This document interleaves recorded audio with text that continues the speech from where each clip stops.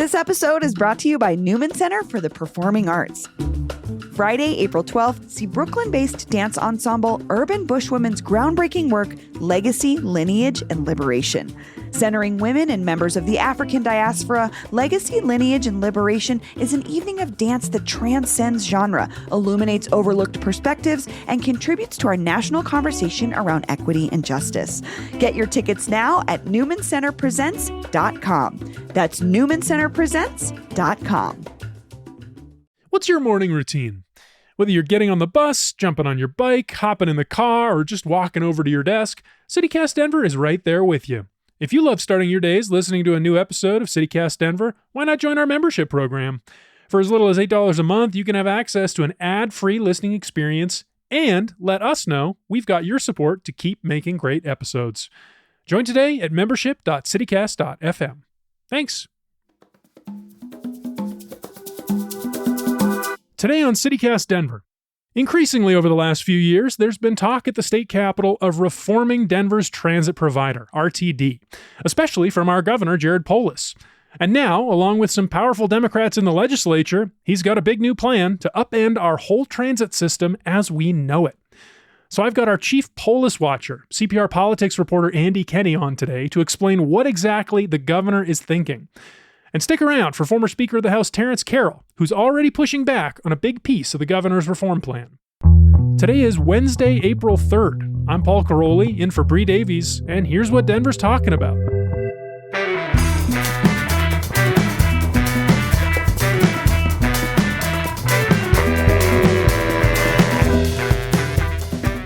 Andy Kenny, welcome back to CityCast Denver. Thanks so much for having me. Well, I'm so glad you're here because you're my Polis watcher. Well, I'm surprised you had me back because I think I talked about Tabor for 40 minutes last time I came on. And I loved it. And now we're going to talk about one of my other favorite topics, RTD, public transit. Yeah, I'm here. So there was a big bill that you reported on last week. It may or may not have been introduced at the time people hear this. We'll have an update at the end of the episode. Yep, but it's coming. It's coming. We know it's coming. So basically this bill is from some of Polis's allies in the state legislature. They're co-sponsors on this. And the big idea is to reform the way RTD, that's the Regional Transportation District, which runs our public transit, is governed. Yeah, that's the biggest change, is changing how the leadership board of RTD is elected in a big way. And so what exactly is the change? Well, right now there are 15 RTD board members. Mm-hmm. They're elected from individual regions all across the district, which, ranges from all the way down south in Parker, out into Jeffco, north, big, huge district, millions of people live there. All these different little areas of RTD get to elect their own board member. This would slash the board down to just 7 members instead of 15. Only 5 of them would actually still be elected. Instead of being elected by district, they would be elected at large. So all of RTD, the entire district, would weigh in on each of those races. And then another 2 members would be just directly appointed by the governor. And why do they want to do this? Well, there's a couple different reasons. The big argument you can make is that they say, the sponsors, Democratic lawmakers in the House, the Senate, say that RTD's board is just kind of big and unwieldy. 15 people is a lot compared to some other districts. Right. That makes sense, because that's this quote from Molly McKinley from Denver Streets Partnership. She says something along those lines in your story.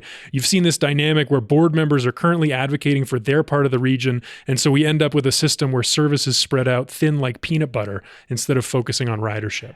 Yeah, and that goes to part of the other reason is so you could look at it from two angles. And one is that it can be hard to recruit 15 people to earn $12,000 a year to do a ton of work.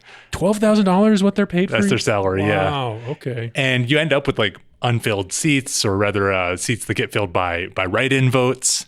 And it can it can be hard to manage a 15-person board, arguably. So some people are just like, this current system's not working great. Some kind of reform is necessary. But why this reform? Well, why this reform? Part of it goes back to, I think, what you were just saying, that quote from Molly McKinley. When you have 15 different districts, 15 little fiefdoms, that makes it sound more dramatic than it is. But when you have everybody coming from a different part of the district, some of these reformers argue that it has bad incentives for the system. Everybody is fighting for their piece of the pie and saying, I come from way down south or I come from way out west and we need our train or bus line because our taxpayers in this district want something out of RTD, which they're paying taxes into, which is like not necessarily a great way to run a transit system because a lot of what transit reformers want is a smaller and more compact RTD.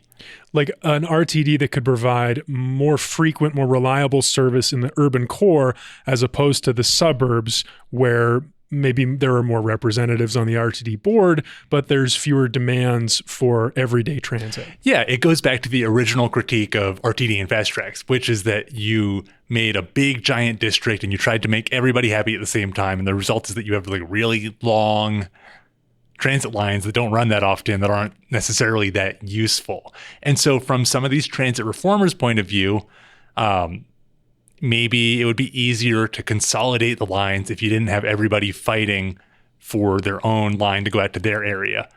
But the counterpoint to that is like, okay, but I'm out here in Parker or wherever, I'm paying taxes. I want to have a direct seat on that board. And so don't take that away from me.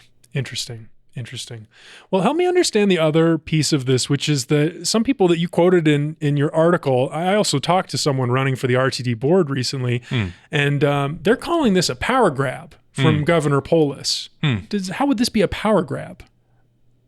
Well, if you just look at the numbers, like the governor will have more influence over the board after this than he does now. Because right now, the governor appoints 0 out of 15 members.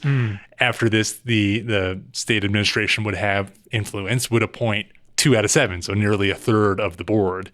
So it essentially makes, you have a direct way for the governor to influence the board through his appointees. And actually, an earlier version of this bill, according to the Denver Post, would have allowed the governor to appoint, I believe, almost the entire board. They scaled that back. Interesting. Anyway. Long story short is that the governor gets more direct influence on this board. And you could also argue it could be easier for Democratic leaders and others to have more influence in the elections if they're in at-large format too. So what do you think he would want to do with all this power? Well, one thing that the governor is focused on is like the administration wants to build this Front Range Rail project. They want to build this rail project that is going to go first north from Denver up toward Fort Collins, and then much later will go south from Denver down to Pueblo, eventually even Trinidad. And they want RTD to be a big part of that project. There's a separate bill that is really going to try to bring RTD into both funding part of that train, funding the train to Boulder, which many people will be familiar with, has been a long-running bugaboo that the governor and many others have wanted to finish. So they want to use RTD's money and planning ability to help build part of that front range rail line. So it's that old grudge, that train that never got built, that a lot of people in Boulder are still upset about. The governor, of course, a Boulderite himself. You think he maybe holds this grudge still? I'm trying to remember if he's talked much on the record about whether or not he specifically wants it. But what we do know is that, like, besides many people in Boulder feeling like this train was promised and owed, I know that some of the planners of Front Range Rail also think that it's a political liability and that they have to get the train to Boulder built in order to convince people in that northern metro area to vote for the funding for the bigger rail project. Interesting. So you have to rebuild trust first before you can go for something even bigger. Because the perception is that, like, why are all these people in Boulder and Thornton and Longmont, why are they going to vote to pay more taxes toward another train when they literally voted 20 years ago to pay taxes toward a train that still hasn't arrived yet? So, no matter what the specific motivation among the different politicians is, they're also arguing that, like, look, we got to fulfill the promise of 2004 before we go building more. Otherwise, voters are never going to approve the sales tax that we need to build the bigger transit project here. Interesting. So the governor may or may not be motivated by this broken promise of a train to Boulder, but is there any other reason why now is the time that he wants to focus on this Front Range passenger rail over, say, transit in urban core Denver? This has been in the works for a while. Front Range Rail has, and it's especially pertinent now because there's a lot of federal money available at the moment for intercity rail. The federal, I think it was the bipartisan infrastructure bill, made billions of dollars available for states and groups of cities to pitch these big projects that connect city to city. And Colorado is in the process of securing some of that money to go, again, potentially Pueblo to Denver to Fort Collins, maybe also Denver to Steamboat Springs. But in order to get that federal money, you got to put up some state money too. So if you're talking about whatever, tens, hundreds of millions of dollars of federal money, you got to come up with some certain amount of state money to pull that in, which is why they're talking about fees on rental cars. That's why they're talking about going to the ballot and asking people to approve a sales tax as well. Interesting. So the governor is strategizing, looking at the national landscape, trying to get all this money together. I'm wondering about Denver, though. Where does this RTD reform leave Denver apart from the Front Range passenger rail situation? That's a good question. And we're still seeing what the reaction in Denver to this whole RTD reformatting thing is. But certainly you're seeing some backlash from some progressives and from some others on the RTD board to this idea of the governor or the Democratic administration really changing RTD. And they're worried, some of these Denver lawmakers and politicians, they're worried that RTD will end up spending its whole piggy bank on the train to Boulder, when some people potentially want to see that money dedicated to building up, services closer to Denver, building up bus lines, et cetera. Because this Front Range Rail District could eat up a lot of money, a lot of RTD's budget. Yeah. And it's the big prize. I mean, you can understand why they are excited about it, because it could be a big crowning achievement for a governor to say, oh, I built this shiny new train. Who doesn't love a nice new train? But the meat and potatoes of running a transit system reliably and effectively every day, it's a little less sexy. Yes, and that's where there's somewhat of a fault line on this, where of course the governor, wants to fulfill the promise, wants to do this big state changing up and down, connect all the parts of Colorado. But you'll hear from transit advocates that they don't want to build a train to Boulder. They think that the bus to Boulder is pretty great. You'll hear transit advocates that say, we want to pour that money into BRT, bus rapid transit. We want to make transit, like we were saying earlier, a lot more frequent and compact. So you could see kind of a fight there over where RTD should be spending its money and how much it should be helping with Front Range Rail, which makes this question of who should be running RTD, how should we elect RTD's leader, makes it a lot more pertinent. Andy Kinney, thanks so much for joining me. Thank you. Since A&D first reported on its existence, this RTD reform proposal has already been seeing pushback from Denverites and especially elected officials of color. So after this short break, I'm talking to former Speaker of the State House, Terrence Carroll, who represented parts of Denver, about why he spoke out against the governor's plan as soon as he heard it. This episode is brought to you by the Colorado Wine Board. Because the wine community here is surprisingly robust. I mean, think about Bigsby's Folly and Infinite Monkey Theorem here in Denver alone, and there are urban wineries all across the Front Range.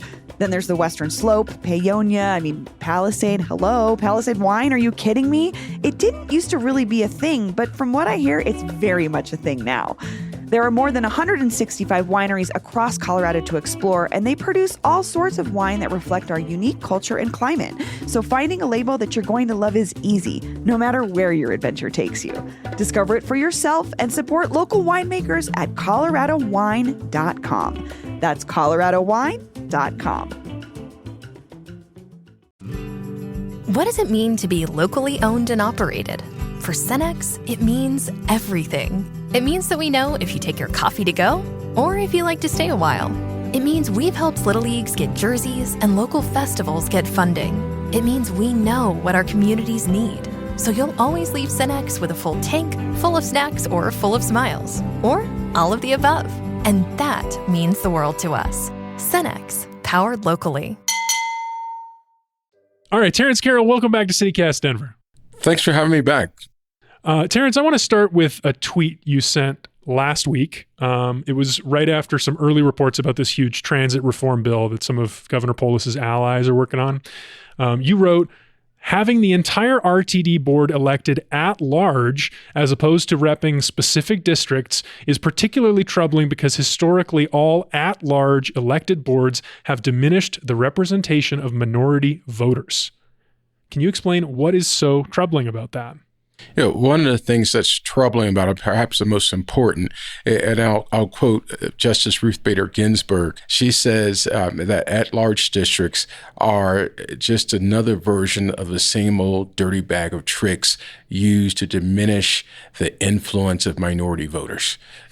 That's the troubling thing about it. And when you look historically at the use of at-large districts, not just in the South, where people traditionally have heard about how at-large districts have been used to disenfranchise voters, but in other parts of the country, in the North and in Colorado and places like that, wherever you see at-large seats, generally speaking, you've had a diminished opportunity for voters of color, Black and brown voters, to vote, to actually elect the candidate of their choice. There's a reason that Congress actually banned the use of at-large races for determining members of Congress. You can't elect a congressperson through at-large voting. There's a reason that the Voting Rights Act of 1965 looked at large district with side eye. And there have been court cases about this. So they're not bad per se, but it's pretty much per se. I think I hear you, but I'm not sure I totally understand why, how it works logistically. Like, I wonder if you could give me explain it like I'm a 5-year-old version of like why an at-large district has this effect. Okay, for example, look at what they propose with RTD. Mm-hmm. If you elect, you go from 15 to 7 members, 5 out of the 7 are elected at large, the other 2 are appointed by the governor. Mm-hmm. So what you end up having, as opposed to where if you're voted by district, and so I live in Northeast Denver, say I lived in Northeast Denver, my RTD person is elected for my community. And if my community happens to be predominantly Black, predominantly brown, there's probably a pretty good chance that the person who's elected for my seat will reflect my community. You move this out to at large where everybody's in this big pool. And when you think about the area of service for RTD, that's bigger than every congressional district in terms of the population size. It's bigger than every state house or Senate district.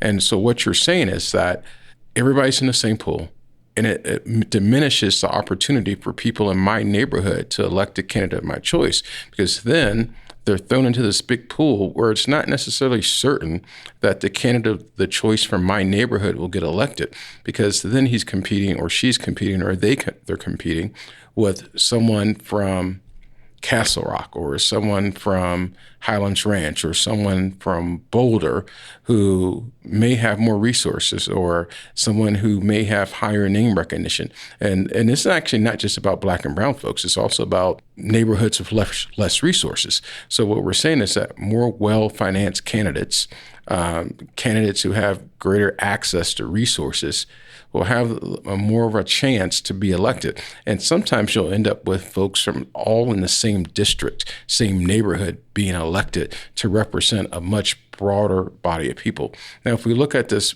take a step back and look at it historically and what's happened in the South and parts of the North, parts of the Southwest, and parts of the West, what the academic data and the research shows in this particular area is that when you have this big amorphous at-large pool that's happening, that more diverse voices are not heard in that conversation.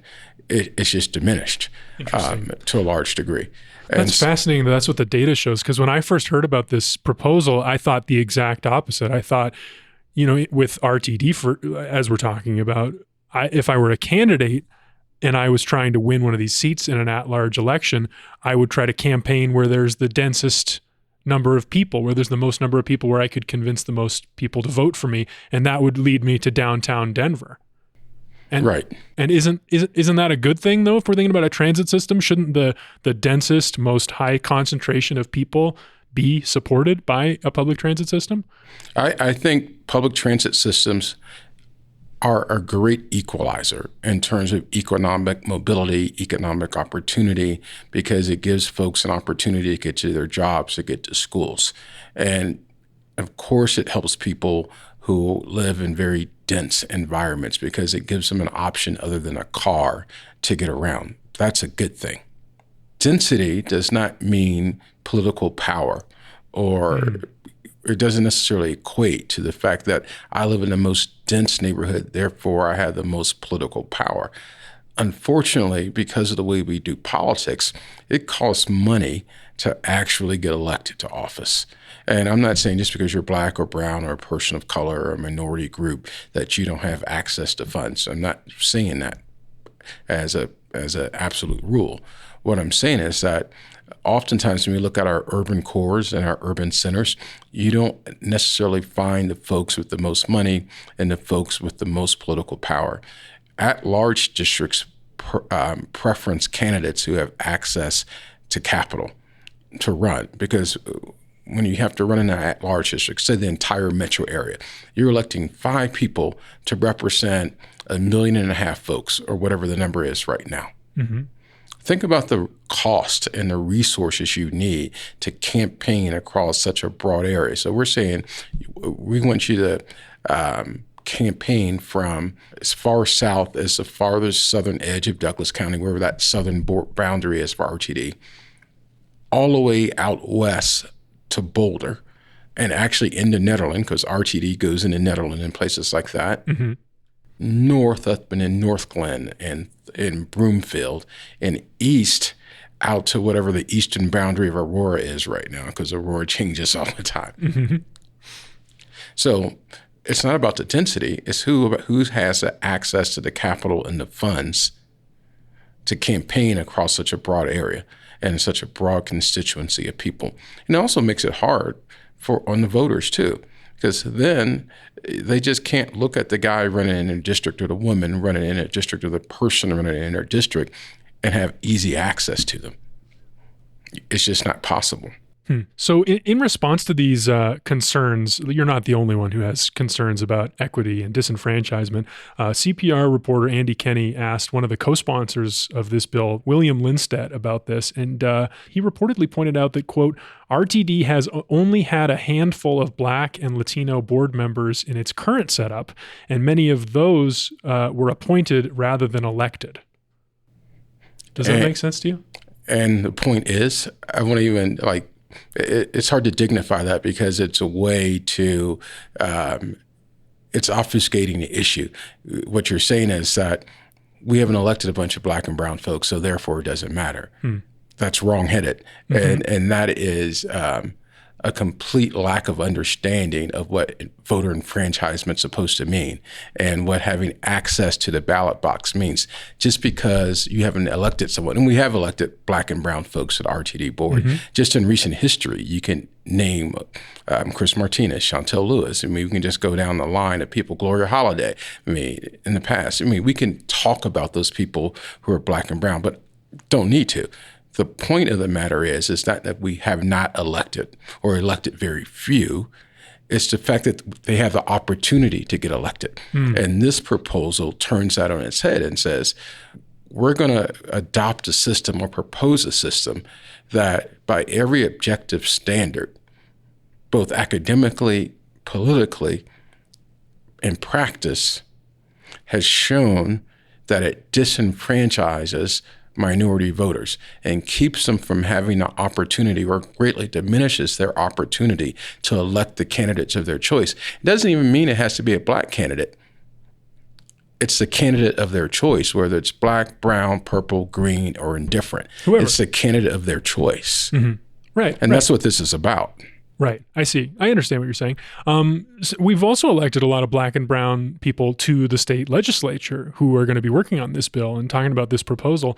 Yet none of them are co-sponsors, at least not as reported so far. I found this meaningful, that the bill's co-sponsors so far are Faith Winter, Meg Froelich, and William Lindstedt, 3 white Democrats from the north suburbs of Denver. Do you find that meaningful? It's something to take note of. And I consider Meg a friend. And I should say this, I do not ascribe ill intent to any of them. Some people just have blind spots. And this may be a blind spot on their behalf. Because think about it. If you're from a northern suburb, if you're from Boulder, if you're from Thornton, if you're from Broomfield or someplace like that, or from Westminster, you may not have a large constituency that requires use of public transportation necessarily. And when you look at the metro area's demographics, they may not have a large constituency of people of color who are starving for representation and representation that hears their voice. And so it's easy when you may have lived, and I don't know them in a way where I can say how they grew up or how they lived. Right. But by virtue of being a white elected official in a predominantly white state, there's a certain degree of privilege that they hold. And sometimes when you hold privilege like that, it's hard to understand how the perception of something like this would impact someone who looks like me, a black man who is the grandson of a sharecropper, the son of a black woman who was born in 1917, who was well into her adult life when she actually had a consistent right and access to the ballot box with the passage of the Voting Rights Act of 1965. So of course I'm going to be sensitive to this. Yeah. And many other black and brown folks in this state are going to be sensitive to this because most of us understand the value of the ballot box, not just because we know we need to vote, because we come from a history of not having consistent access to the ballot box that's protected by law. Is this your only criticism of the RTD proposal, or do you feel like there's other aspects of what the governor's working on that you'd like to see go a different way? That's my main criticism, because I don't think anyone would argue that RTD is this perfect functioning transit district. Yeah, I don't think so either. I mean, you just look at what just happened this week, which is unfortunate for RTD, or this past week, when the governor's proposal starts to be talked about, RTD then votes to reduce service on some pretty significant lines. And when folks, like I talked to some attorneys in my office who would prefer to take the train into work or text the bus into work. But when you have a transit system that, whether it's true or not, people feel like you can get downtown more quickly by driving your car than getting on the light rail, that's a problem. Or they feel like they can get to the airport more quickly by car than taking the train. The whole idea behind public transit is that it's supposed to be the better alternative to using your own private vehicle because you can get to more places more efficiently without the need to get in your car, find a parking space, put gas in your car. RTD, by many people's estimation, has not met that basic threshold of what effective service is. And so to the extent that RTD needs reform, I'm all ears in terms of what the governor proposes. My problem is that disenfranchising people to get to that reform is not a good idea. Well, Terrence Carroll, thanks so much for joining me and helping me understand this. Oh, thanks for having me. I had a great time. As of this recording, none of Governor Polis's allies have formally introduced their big RTD reform bill. Since Terrence and I spoke, however, I did hear from other sources that the possible switch to at-large representation is still very much under discussion. I've also heard that both the mayor's office and the current RTD board are not psyched about this reform idea at all.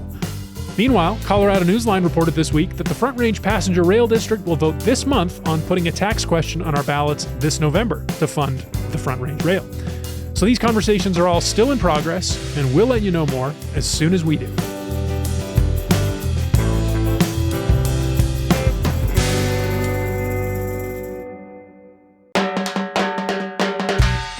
That's all for today here on CityCast Denver. If you enjoyed the show, why not take a minute to tell your representative on the RTD board about us? Rate the show wherever you get your podcasts, and subscribe to our morning newsletter and learn more about us at denver.citycast.fm. We'll be back tomorrow morning with more news from around the city. See you then.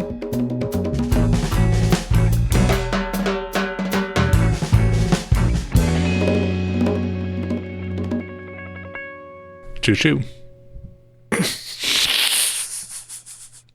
No? That's fine. We don't do that here? You can do choo-choo. No, I don't think so. You can give me an enthusiastic choo-choo, though. Don't give me a half-hearted choo-choo. That was all the heart I had for that.